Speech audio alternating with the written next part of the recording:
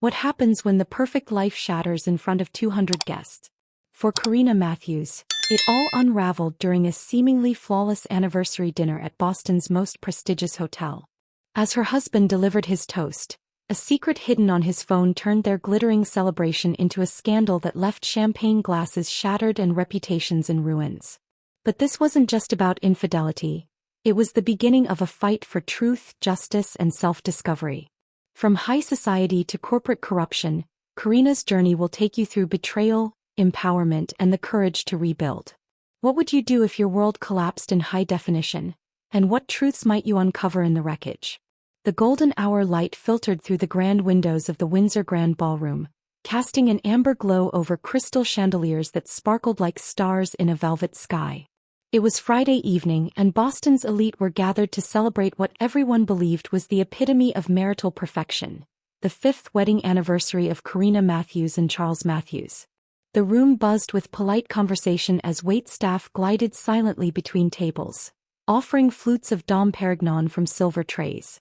Every detail had been meticulously planned by Karina herself, down to the delicate gardenias woven into each centerpiece, a symbol of their shared love story. Karina stood near the entrance, her midnight blue gown flowing elegantly around her figure. She smiled warmly at arriving guests, exchanging pleasantries while keeping one eye on Charles, who moved effortlessly among the crowd. His charisma radiated across the ballroom, drawing people in like moths to a flame. He laughed easily, shook hands firmly, and charmed potential investors for his consulting firm, Matthews & Company. To the outside world they were the ideal couple. Successful, beautiful, enviable. But beneath the surface something felt off. 4 weeks leading up to this night, Karina had noticed subtle changes in Charles's behavior. Late-night work calls became more frequent, his phone constantly buzzing with notifications he claimed were urgent. Then there was Farah Daniels, his secretary, whose presence seemed to linger longer than necessary during company events. Karina tried to dismiss these thoughts as paranoia, telling herself she was being irrational. After all, Charles always came home eventually. And tonight was supposed to be about them. But fate has a way of unraveling even the most carefully constructed facades. As dessert service began, Karina excused herself momentarily to check on the kitchen staff. As she passed Charles's chair, his phone vibrated insistently on the tablecloth. Assuming it might be important, she picked it up without thinking. "Your phone, honey," she said lightly, holding it out to him. But before he could take it, a notification flashed across the screen. A preview image of black lace lingerie accompanied by a suggestive message. "Can't wait for tomorrow's private meeting." Her breath hitched. Her fingers tightened instinctively around the device. Charles plucked it from her grasp with a practiced smile, brushing off her concern. "Probably work," he murmured dismissively, though his eyes didn't quite meet hers. Right. Karina returned to her seat, her mind racing. Something inside her snapped, not loudly or dramatically but quietly, like the first crack in a dam moments before it bursts. She excused herself again, claiming she needed to oversee dessert preparations. In reality, she locked herself in a nearby restroom stall and pulled out her own phone. Their devices were synced, an ironic gesture of trust initiated by Charles when they got married. At the time it had seemed romantic, practical even. Now it felt like a cruel twist of fate. With trembling hands, Karina unlocked his phone using their shared passcase and scrolled through months' worth of messages between Charles and Farah. Photos, hotel reservations, cryptic texts referencing late-night meetings. All laid bare the truth she'd refused to acknowledge until now. A conference in Chicago ran late. Another weekend emergency cropped up just as she left town. Promotions awarded under suspicious circumstances. Each revelation hit her like a punch to the gut, leaving her breathless and nauseous. And then came the anger. A white-hot rage surged through her veins, burning away fear and doubt. This wasn't just infidelity. It was betrayal on every level imaginable. 5 years of marriage reduced to lies, manipulation, and deceit. All of it hidden behind the polished veneer of success and respectability. A strange calm settled over her as she pieced together her next move. Returning to the ballroom, Karina found her seat once more, her expression unreadable. Around her, the atmosphere remained festive, oblivious to the storm brewing within her. The string quartet played softly in the background, segueing into their wedding song as Charles prepared to give his toast. "I want to thank everyone for celebrating with us tonight," he began, raising his glass high. His voice carried confidently through the state-of-the-art sound system Karina had personally coordinated during event planning 2 years prior. "5 years ago I made the best decision of my life." Karina's jaw clenched. Best decision? Was that how he truly saw her, as a calculated choice rather than a partner? Her fingers hovered over her phone, accessing the venue's AV system via the login credentials she knew hadn't been updated since installation. Meanwhile, Charles continued, waxing poetic about honesty, transparency, and partnership. Transparency. How deliciously ironic. Without hesitation, Karina selected Farah's latest photo and accompanying message from the thread.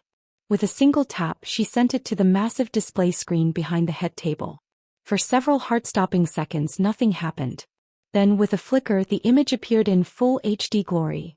A brazen declaration of adultery splashed across 12 feet of digital real estate. Gasps rippled through the ballroom like waves crashing against a shore. Champagne glasses clinked nervously as guests craned their necks to see better. Some covered their mouths in shock. Others whipped out their phones to capture the moment. The champagne flute slipped from Charles's hand, shattering dramatically onto the floor below. The sound echoed through the stunned silence, punctuating the end of their marriage. Karina remained seated, her hands still resting calmly on her phone. She watched dispassionately as 5 years of lies unraveled in front of Boston's social elite. Beneath the photo, the damning message taunted them all. Asterisk, can't wait for tomorrow's private meeting. Sis. What the hell, Karina? Charles hissed, leaning toward her frantically. His face drained of color as recognition dawned. Recognition and panic. She rose slowly, straightening her dress. A deep midnight blue chosen specifically because Charles once complimented similar styles worn by powerful women executives. Meeting his gaze, she spoke clearly enough for the front tables to hear. "I believe your secretary already has your schedule for tomorrow covered." Chaos erupted instantly. Guests shouted questions, cried openly, or whispered furiously among themselves. Charles lunged for his phone, desperate to delete what 200 pairs of eyes were already seeing. His mother covered her mouth in horror. Her father half rose from his seat, confusion morphing into understanding, then rage. "Turn it off." Charles barked at her, grabbing her arm roughly. "This isn't what it looks like," he pleaded, his tone shifting rapidly between fury and desperation. "That's strange," Karina replied coolly, her voice steadier than she felt. "It looks exactly like your secretary in lingerie purchased with our joint credit card last month. That $1,500 charge you told me was for client gifts." Security guards materialized beside him, urging him to step away from the scene. Hotel staff scrambled to shut down the display, but it was too late. Phones were already out, capturing the scandal in vivid detail. Boston's elite immortalized the moment in pixels, ensuring it would live forever in gossip circles. "You've ruined everything," Charles spat venomously, his grip tightening painfully on her arm. Karina looked down at his hand, then back at his face. Memories flooded her mind. Wedding vows exchanged in this very city, holidays spent laughing together, promises whispered in quiet moments. Promises that meant nothing. "No, Charles," she said firmly, removing his hand from her arm. "You did that all by yourself." Turning away from him, from the wreckage of champagne shards and crystal debris, Karina walked out of the ballroom with measured steps. Behind her, the chaos crescendoed into shouts, cries, and accusations. A symphony of public implosion. Through the lobby windows, camera flashes illuminated the darkness beyond, foretelling tomorrow's headlines taking shape in real time. Outside, crisp autumn air greeted her trembling form. Breathing deeply for perhaps the first time in years, Karina realized the weight of perfection. The pressure to be Charles Matthews' flawless wife had finally lifted. Shattered like his champagne glass on the ballroom floor, it left her standing alone but free. Free to confront the truth, free to rebuild her life, and free to become someone entirely new. And so began Karina Matthews' journey toward empowerment, justice, and ultimately redemption. Not merely for herself but for countless others ensnared within toxic systems upheld silently by privilege and power alike. The morning after the scandal unfolded at the Harrington Hotel, Boston woke to a city buzzing with gossip. Social media feeds were flooded with screenshots of Farah's lingerie photo, accompanied by captions dissecting every detail of Charles Matthews' downfall. For Karina, however, the chaos outside her window felt distant, muted compared to the storm raging within her mind. She sat cross-legged on the king-sized bed in the Fairmont's presidential suite, surrounded by printouts of encrypted emails she had uncovered late into the night. The USB drive Katie Winters mentioned contained more than just casual indiscretions. It revealed a calculated strategy that made Karina's stomach churn. Charles wasn't simply having an affair. He was orchestrating his exit from their marriage like a corporate takeover, complete with timelines, contingency plans, and financial maneuvers designed to minimize her share of their assets. Her phone buzzed incessantly on the bedside table. Notifications piled up from friends, acquaintances, and even strangers who wanted to weigh in on her public humiliation. But one name kept appearing: Charles. His calls came in waves, each attempt angrier than the last. Finally, unable to ignore him any longer, Karina answered, not because she wanted to hear what he had to say, but because she needed evidence of who he truly was. "Karina." His voice crackled through the line, strained yet controlled. "We need to talk." "No," she replied calmly, activating the recording app on her phone before continuing. "But I'm happy to listen, as long as you understand this conversation is being documented for legal purposes." There was a pause followed by a sharp intake of breath. "You're really going to do this? Drag us both through the mud over some misunderstanding?"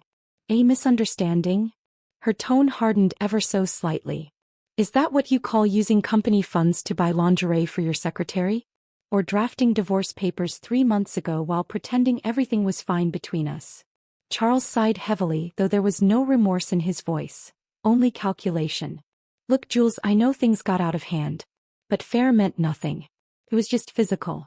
You and I, we've built something real together. A life. Is that what you want to throw away over one mistake?" Karina leaned back against the headboard, staring at the ceiling as if searching for answers written in the plaster. "What about the Whitmore deal?" she asked abruptly, cutting him off mid-sentence. "You planned to leave me once it closed, didn't you? My father's position on the board wouldn't matter anymore once you had controlling interest." Silence stretched across the line, heavy and damning. When Charles finally spoke, his voice carried a new edge, sharp and defensive. "Your father's connections were useful, yes. But they've served their purpose. Once the Whitmore acquisition goes through, I'll be untouchable. And let's not pretend you weren't aware of how these things work. Marriages like ours, they're partnerships. Investments." Each word hit her like a hammer blow, shattering illusions she hadn't realized she still clung to. Partnerships. Investments. Transactions. Never love. Never trust. Just another business arrangement masked by rings and vows. After hanging up, Karina scrolled through the emails again, piecing together the full scope of Charles's deception. There were draft separation agreements dated weeks before their anniversary, detailed strategies for minimizing alimony payments, and instructions to his attorneys regarding asset freezes. Most chilling of all was an email chain discussing severance packages for 2 women prior to Farah, Elizabeth Hadley and Monica Chin. Their names triggered a memory, glossy headshots tucked away in Charles's personnel files. They had been executive assistants, promoted rapidly and then dismissed just as quickly under mysterious circumstances. Her investigation deepened when she discovered a folder labeled "Insurance." Inside were documents detailing her father's role in covering up a harassment lawsuit 5 years earlier, the same year she married Charles. The pieces clicked into place with sickening clarity. Her family hadn't pushed her toward this marriage because they believed in its potential for happiness or stability. They saw it as a shield, a way to protect their reputation while silencing inconvenient truths. The realization left Karina reeling. She dialed her mother's number, her hands trembling despite her resolve. When Elizabeth Morgan answered, her voice dripped with controlled fury. "Karina Elizabeth Matthews, what were you thinking?" her mother demanded without preamble. "Do you have any idea the position you've put this family in?" Karina gripped the phone tightly, forcing herself to remain calm. "Hello to you too, Mother. Did you know? About Farah? About the others?" Her mother's silence spoke volumes. When she finally responded, her tone shifted from anger to condescension. "Matthew's women manage these matters privately, Karina. Your grandmother did. I did. That's how families like ours survive. By looking the other way while our husbands do whatever they please? Karina shot back, her voice rising despite her efforts to stay composed. Generations of silence, you mean? Generations of women sacrificing their dignity so men can maintain appearances. It's not sacrifice, it's strategy, her mother countered sharply. They provide security and position. We provide discretion and stability. Happiness is a luxury, Karina. Security is a necessity. The call ended abruptly, leaving Karina staring at the blank screen of her phone. Even her own mother viewed her as expendable, a pawn in a game where power and prestige mattered more than people. The weight of it threatened to crush her, but instead of breaking, something inside Karina hardened. She would not be complicit in perpetuating this cycle of abuse and silence. Over the next few days, Karina threw herself into unraveling the tangled web of lies surrounding Charles's empire. With Alice Dane's guidance, she subpoenaed records from Matthews Consulting, uncovering a pattern of behavior that extended far beyond his personal indiscretions. 17 women had held executive assistant positions at the firm over 8 years. 13 had left abruptly, receiving generous severance packages tied to ironclad NDAs. Each departure coincided with rumors of inappropriate advances, implied threats, or outright coercion. Katie Winters became an unexpected ally during this process. Her investigative reporting shed light on systemic issues plaguing Boston's financial district, exposing toxic workplace cultures hidden behind polished facades. Together, they compiled a dossier of testimonies, financial records, and internal communications that painted a damning picture of Charles's leadership and the broader industry's complicity in enabling such behavior.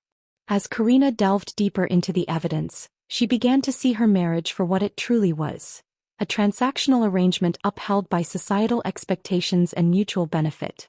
Charles provided status and security. She supplied connections and credibility. Neither party entered the union expecting fidelity or emotional intimacy. What hurt most wasn't the betrayal itself. It was realizing how willingly she had played along, convincing herself that perfection equaled love. Late one night, as rain lashed against the windows of her hotel room, Karina sat at the desk staring at a blank page. She had spent hours drafting speeches, organizing resources, and planning her next move, but none of it felt right. Something fundamental was missing. Then it hit her: authenticity. For 5 years she had worn a mask, conforming to the image of the perfect wife to satisfy everyone else's expectations. Now, stripped bare of pretense, she had the opportunity to rebuild, not just her life but her identity. With renewed determination, Karina booked a venue for an event unlike anything Boston's elite had seen before. Titled Breaking Glass Houses, it would serve as both a reckoning and a call to action. Invitations went out to former employees of Matthews Consulting, reporters covering the scandal, and influential figures in the business community. The message was clear. This wasn't about revenge, it was about change. On the evening of the event, Karina stood backstage, her heart pounding as she listened to the murmur of voices filling the ballroom. This time she wasn't playing the role of dutiful hostess or supportive spouse. She was stepping into the spotlight as herself, a woman unafraid to confront uncomfortable truths and demand accountability. When she stepped onto the stage, the room fell silent. Bathed in soft spotlight, Karina took a deep breath and began to speak. 6 months ago, my life imploded in front of 200 guests at the Harrington Hotel. What started as a private betrayal became something larger when I discovered I wasn't alone. Tonight we're here to shine a light on patterns of behavior that companies protect and society ignores. To create a space where victims can share their stories without fear of retaliation. And to build a future where workplaces prioritize ethics over ego. Her words resonated deeply with the audience. One by one, women stepped forward to share their experiences, not just with Charles but with predatory executives across industries. Elizabeth and Monica recounted their struggles with courage and candor, their testimonies validating Karina's suspicions and fueling her resolve.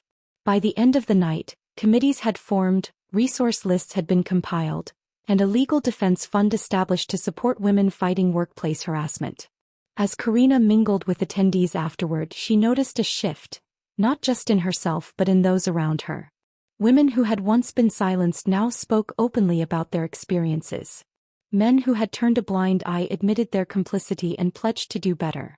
Change was slow, messy, and imperfect, but it was happening. That night, lying awake in her hotel room, Karina reflected on how far she had come since the scandal erupted. She thought about the glass walls of her former life, the carefully curated facade that had imprisoned her for 5 years. They had shattered spectacularly, leaving scars and debris in their wake. Yet amidst the wreckage she had found clarity, freedom, purpose. For the first time in years, Karina didn't feel like she was living someone else's story. She was writing her own, and it was only beginning. The morning after Charles's public humiliation at the Harrington Hotel, Karina Matthews woke to a world that felt both alien and familiar. The crisp autumn sunlight streaming through her hotel suite window illuminated fragments of her shattered life. Shattered glass on the ballroom floor, shattered illusions about her marriage, and the fragile shards of her identity as Charles Matthews' wife. But amidst the wreckage lay something unexpected: clarity. For the first time in 5 years, she saw herself not as an accessory to someone else's ambitions but as a woman with agency, capable of reclaiming her narrative. Karina stood by the suite's expansive windows overlooking Boston Common, clutching a cup of coffee gone cold. Her phone buzzed incessantly on the marble countertop behind her. Messages from friends offering condolences, acquaintances seeking gossip, and Charles demanding answers. She ignored them all, focusing instead on the task ahead. Today marked the beginning of her liberation, not just from Charles but from the toxic systems he represented. Her first step was practical yet symbolic. Picking up her laptop, she accessed the home security system remotely and changed every code associated with their Beacon Hill brownstone.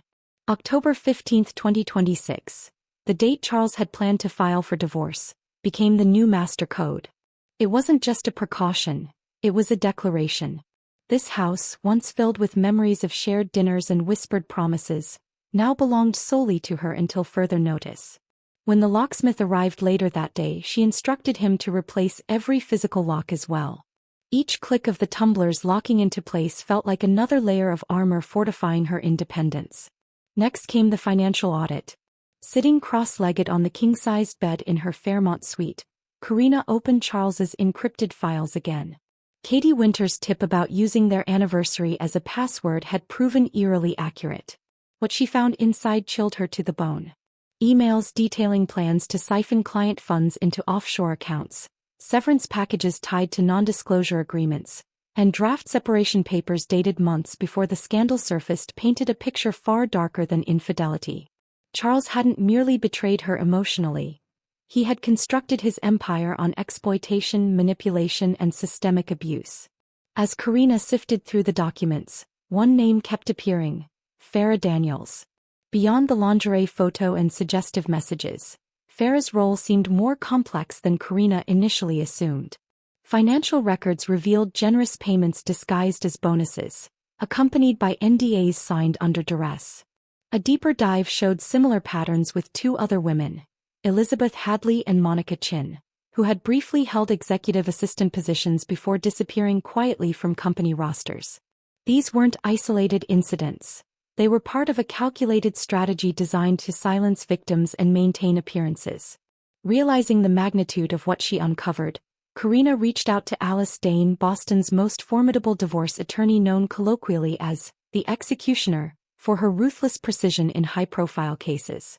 Their meeting took place in Alice's sleek downtown office, where modern art adorned the walls and legal trophies lined the shelves. "Mrs. Matthews," Alice greeted her coolly, gesturing toward a chair across from her desk. "I've been expecting your call." Karina handed over a flash drive containing the evidence she'd compiled. "This isn't just about my divorce," she said firmly. "It's about exposing a pattern of behavior that needs to stop." Alice raised an eyebrow, intrigued. After reviewing the contents, her expression shifted slightly, a flicker of admiration crossing her otherwise impassive face. "You're right," she admitted. "This is bigger than you or Charles. With this kind of documentation we can dismantle his entire operation, and set a precedent while we're at it." Their conversation extended late into the night, strategizing how best to leverage the information without compromising Karina's safety or credibility. By the time they parted ways, a plan was in motion. Legal proceedings would target not only Charles personally but also Matthews Consulting as an institution complicit in perpetuating abuse. Meanwhile, Karina would use her platform to shine a light on broader issues affecting women in corporate America. 2 weeks later, Boston woke to headlines splashed across every major newspaper. PC investigates Matthews Consulting amid allegations of financial misconduct and workplace harassment. Katie Winter's investigative series in the Boston Globe, fueled by Karina's revelations, exposed systemic failures within the firm. Former employees came forward anonymously, sharing stories of coercion, intimidation, and retaliation. The scandal rippled outward, implicating not only Charles but several board members, including Karina's own father, whose role in covering up a harassment lawsuit 5 years earlier resurfaced during the investigation. Public opinion shifted rapidly.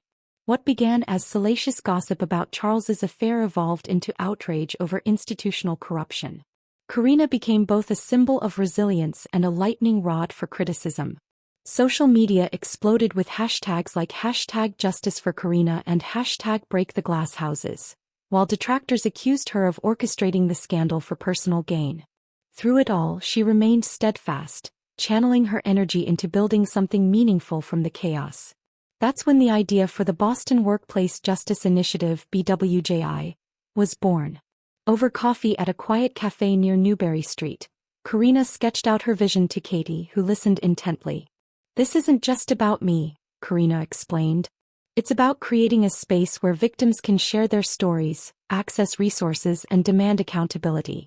We need to change the culture, not just expose individual bad actors." Katie nodded thoughtfully. "People are paying attention now because of what happened to you. You have an opportunity to turn this moment into movement." With Katie's guidance, Karina organized BWJI's inaugural event, a symposium titled Breaking Glass Houses. Held at a historic venue downtown, the gathering brought together former employees of Matthews Consulting, legal experts, activists, and journalists determined to address workplace injustice. As attendees filed in, Karina paced nervously backstage, rehearsing her opening remarks. When she finally stepped onto the stage, the room fell silent. Bathed in soft spotlight, she began, "6 months ago, my life imploded in public.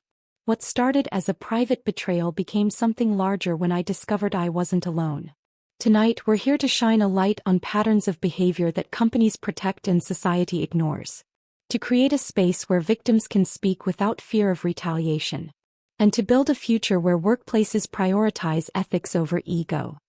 Her words resonated deeply, prompting others to come forward. Elizabeth and Monica joined her on stage, recounting their experiences with raw honesty. Farah, too, sent a message expressing willingness to testify if given protection. Together, they formed committees, drafted policy recommendations, and established a legal defense fund to support women fighting workplace harassment. The impact was immediate. Within days, other firms began implementing reforms inspired by BWJI's initiatives. Lawmakers introduced legislation strengthening protections for whistleblowers. Companies scrambled to review their internal policies, fearing scrutiny in the wake of Matthews Consulting's downfall. Amidst the whirlwind of activity, Karina found herself transforming. Gone was the woman who had meticulously planned charity galas and curated social circles based on status. In her place stood someone unafraid to challenge power structures and amplify marginalized voices. She no longer defined success by invitations to exclusive events or approval from Boston's elite. Instead, she measured it by the number of lives touched, the barriers broken, and the doors opened for those denied entry. Lewis Carson noticed this transformation early on. As founder of a competing consulting firm, he had long admired Karina's strategic mind and keen understanding of corporate dynamics. Now, seeing her navigate the complexities of advocacy work, he approached her with an unconventional offer. "Join us," he proposed during a private lunch at a discreet restaurant. "We're expanding our corporate ethics division and you're exactly the leader we need. Fresh perspective, moral clarity, and first-hand experience dismantling toxic cultures." Karina hesitated, wary of stepping back into the corporate world she'd worked so hard to distance herself from. But Lewis reassured her. "This isn't about returning to the old system. It's about reshaping it. Your voice matters now more than ever." After careful consideration, Karina accepted, viewing it as an extension of her advocacy work. Under her leadership, the division flourished, introducing innovative policies promoting transparency, equity, and accountability.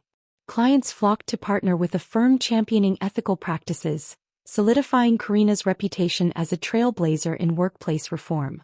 By the 6-month anniversary of the scandal, Karina stood once again in the same ballroom where everything had unraveled. Only this time she wasn't fleeing humiliation. She was overseeing the grand reopening gala of the hotel's restaurant, a testament to resilience and reinvention. Guests mingled beneath glittering chandeliers, unaware of the weight of history surrounding them. As the evening progressed, Charles approached her cautiously, thinner and visibly diminished since their last encounter.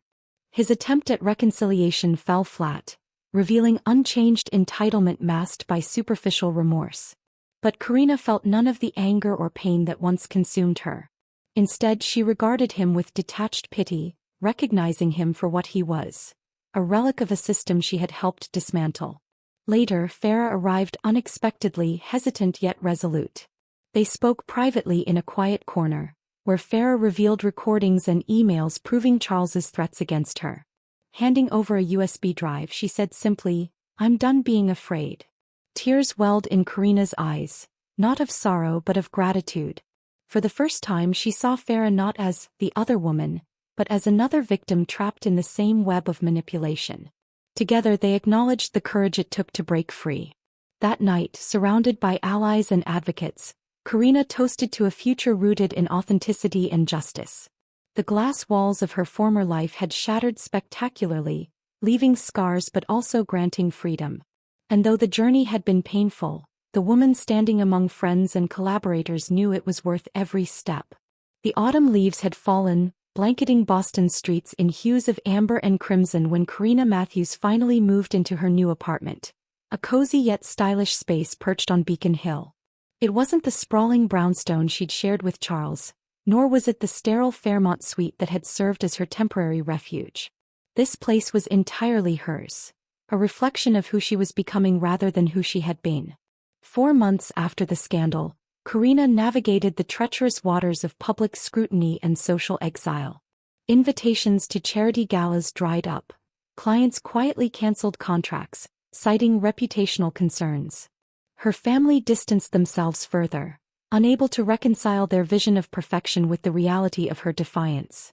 Even mundane errands became opportunities for judgmental stares or whispered gossip. Yet, amidst the isolation, something remarkable began to take root within her: resilience.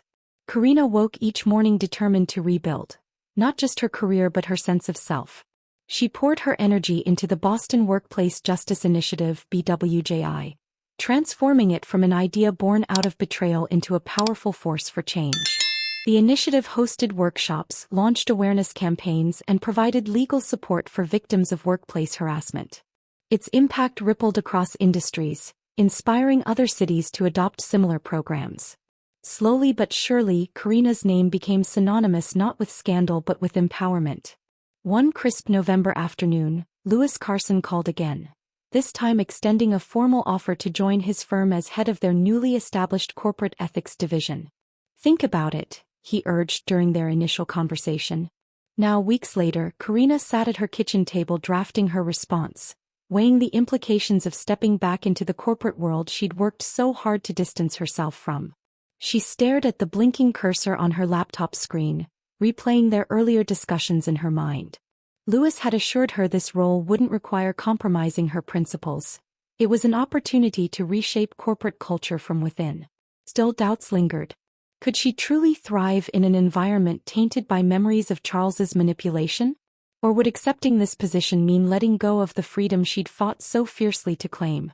Her phone buzzed, interrupting her thoughts. A text from Katie Winters read, "Remember why you started. Not everyone gets a second chance to build something meaningful." Katie's words struck a chord deep within Karina. She thought about Elizabeth and Monica, the women whose testimonies had fueled BWJI's mission, and Farah, whose courage had revealed layers of complexity Karina hadn't anticipated. Accepting Louis's offer wasn't just about advancing her career. It was about continuing the work they'd begun together, Work rooted in justice, accountability, and transformation. With renewed resolve, Karina typed her acceptance letter, signing off with a phrase that felt both foreign and exhilarating. Asterisk, I'm ready to lead. Lewis welcomed her aboard with open arms, introducing her to a team eager to embrace fresh perspectives. Under Karina's leadership, the division flourished. They implemented groundbreaking policies promoting transparency, equity, and employee advocacy. Clients flocked to partner with a firm championing ethical practices, solidifying Karina's reputation as a trailblazer in workplace reform. Professionally, Karina thrived. But personally, she faced challenges unique to rebuilding one's identity after years spent living someone else's expectations. Moving into her new apartment symbolized more than just a change of address. It marked a conscious decision to surround herself with people who valued authenticity over appearances. Among these allies were Katie, whose investigative reporting continued exposing systemic issues beyond Matthews Consulting; Alice, whose legal brilliance had secured not only Karina's financial independence but also precedent-setting protections for countless others; and Lewis, whose mentorship evolved into a tentative romance grounded in mutual respect and shared purpose. Even Farah found a place in Karina's circle, emerging as an unexpected confidant after revealing recordings and emails proving Charles's threats against her. Their bond deepened through shared experiences of survival, turning what once seemed like rivalry into solidarity. Together, they formed a community bound not by obligation but by genuine connection. As winter gave way to spring, Karina embraced her individuality fully, for the first time in years, unapologetically herself. She no longer defined success by invitations to exclusive events or approval from Boston's elite. Instead, she measured it by the number of lives touched, barriers broken, and doors opened for those denied entry before. 6 months to the day after Charles's champagne glass shattered on the floor of the Harrington Hotel ballroom, Karina stood in the same space, surveying its transformation. The hotel's restaurant reopening gala marked her return to the scene where everything had imploded, a moment she approached with equal parts trepidation and triumph. "You've outdone yourself, Mrs. Matthews," the hotel manager gushed, clipboard in hand.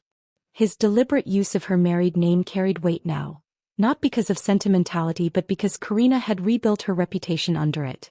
Despite finalizing the divorce months earlier, she chose to keep it as a testament to reclaiming power even from loss. "Everything looks perfect," Karina replied, making minor adjustments to table arrangements while ensuring the presentation screen functioned flawlessly. Memories of that fateful night lingered in every corner, yet tonight promised renewal rather than ruin. Guests arrived steadily, filling the ballroom with laughter and chatter. Many who had shunned Karina initially now approached with air kisses and compliments, social weather vanes shifting with the changing winds of public opinion. The SEC investigation into Matthews Consulting had revealed financial improprieties far beyond what anyone expected, vindicating Karina's actions while complicating emotions tied to her past. A familiar voice behind her sent a chill down her spine. "Karina." She turned slowly to face Charles, thinner and visibly diminished since their last encounter. His once impeccable suit hung slightly loose, mirroring the erosion of his empire. For a moment, nostalgia flickered, a ghost of the charismatic man who had once convinced her he hung the moon. "You look well," he said, his voice softened with what she might have mistaken for sincerity 6 months ago. Now she saw only calculation masked as contrition. "Thank you," she replied evenly. "I didn't expect to see you here." He glanced around, clearly aware of watchful eyes. "I thought we could talk privately. This isn't about legal matters." "There's nothing left to discuss," Karina countered firmly. "Our attorneys handled everything thoroughly." "This is different," Charles insisted, lowering his voice. "I've been in therapy, real therapy, not the corporate counseling nonsense. I've been doing the work, Jules." The nickname landed like a stone in her stomach. How many times had she heard those exact words before? Elizabeth and Monica had recounted nearly identical conversations where Charles promised transformation, offered tearful apologies, only to repeat his behavior with the next woman. "I know you hurt me," he continued, his eyes glistening with what appeared to be genuine tears. "But people can change. I've changed." For a fleeting moment, Karina felt the pull of familiarity, the allure of forgiveness tempting her to rewrite history. Then she remembered the recordings Farah had provided, transcripts of promises made and broken repeatedly. Your therapy records were submitted in the Lewis case, Karina said quietly, referring to the workplace harassment lawsuit where she testified the previous month. You've said these exact words before. To Elizabeth, to Monica. Word for word. Charles's expression hardened momentarily before recovering. That was different. They weren't you. What we had was a transaction, Karina echoed her mother's cold assessment. Your ambition, my family connections. You said it yourself outside this very hotel. I was angry, Charles protested. People say things they don't mean when they're angry. On the contrary, Karina replied, her voice steady. I think anger reveals what people truly mean but usually have the restraint to conceal. Before he could respond, Lewis Carson approached, placing a protective hand on Karina's elbow. Charles, he acknowledged coolly. I didn't expect to see you here given the circumstances. Charles's gaze flickered between them, understanding dawning. So the rumors are true. You two are colleagues. Karina interjected firmly. Mr. Carson has been an invaluable mentor during my transition to corporate ethics consulting. How convenient for both of you, Charles shot back, bitterness edging his tone. I suppose I shouldn't be surprised by your opportunism, Lewis. You always did know how to capitalize on other people's misfortunes. Lewis remained unruffled. Karina's expertise stands on its own merits. Her testimony in the Lewis case has changed how half the firms in Boston approach workplace policies. Charles's jaw tightened. The Lewis case had established a precedent in Massachusetts corporate law regarding executive abuse of power, with Karina's testimony playing a crucial role. The resulting judgment accelerated the downward spiral of his once meteoric career. If you'll excuse me, Charles muttered stiffly, retreating into the crowd. Lewis squeezed Karina's arm gently. You handled that beautifully. Practice makes perfect, she murmured, watching Charles disappear. Later that evening, Karina received a text from an unknown number. Asterisk, can we meet? I have information you should see. Farah. Karina stepped into the quiet hallway to call her back, curiosity outweighing anger.